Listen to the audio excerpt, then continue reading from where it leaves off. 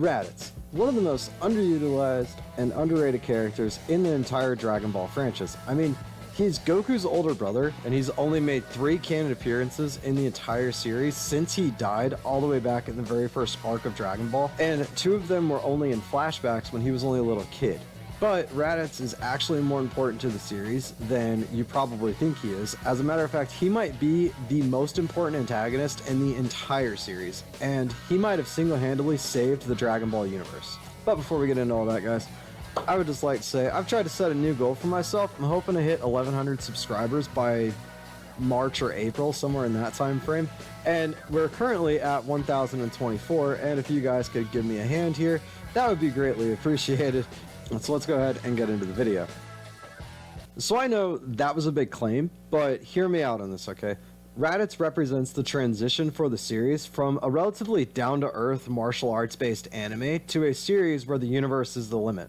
Up until his arrival, Goku was just an exceptionally strong Earthling, admittingly odd since he had a tail and could change into a giant rampaging ape, but that wasn't all that odd, even in Dragon Ball by the end of the series. Also, he's based off of the Monkey King from Journey to the West, so it could just kind of make sense. But then in comes Raditz, and he immediately bodies not only Goku, the main protagonist, but also Piccolo, who up until that point was the strongest villain Goku had actually faced.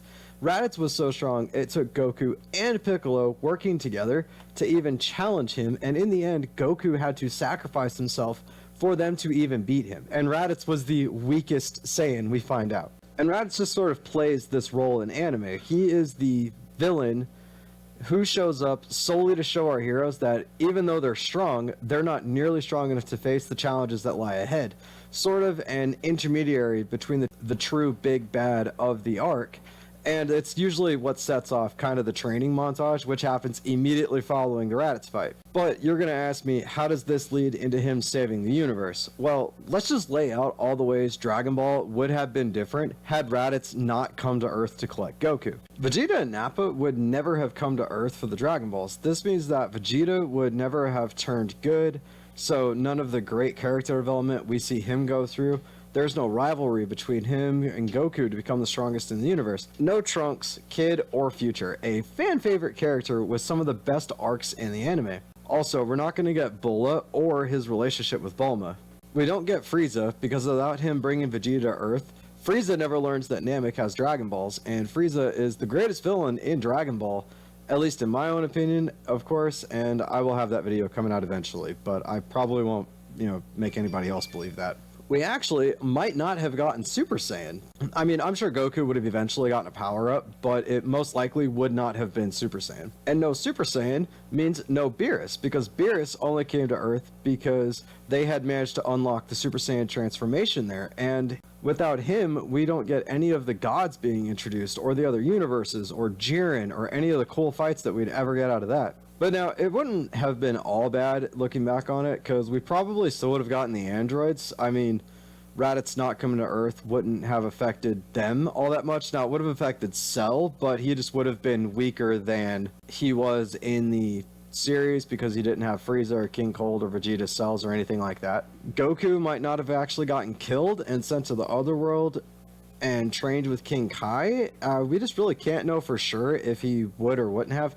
They might have killed him to let him do it, they might not have, but more than likely he definitely wouldn't have gotten there as soon as he did. Gohan also might not have become a fighter, but most likely he would have just continued to be a scholar.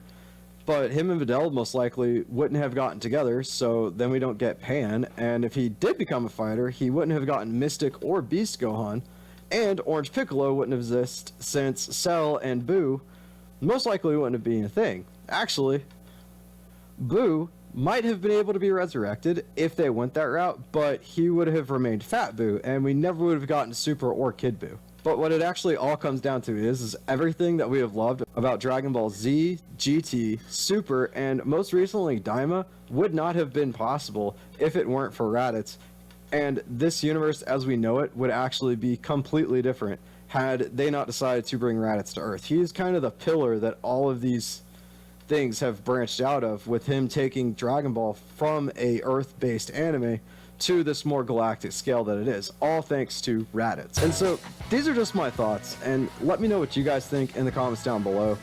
Also, please let me know if you might want to see kind of like a what if style video where I go over this story, and let me know if you think I'm wrong in my logic here entirely. I would love to open up this conversation. But while you guys are down in the comments, please do remember to hit that like button, hit the subscribe button, turn on that notification bell so you never miss another video from me, and I will see you guys in the next video.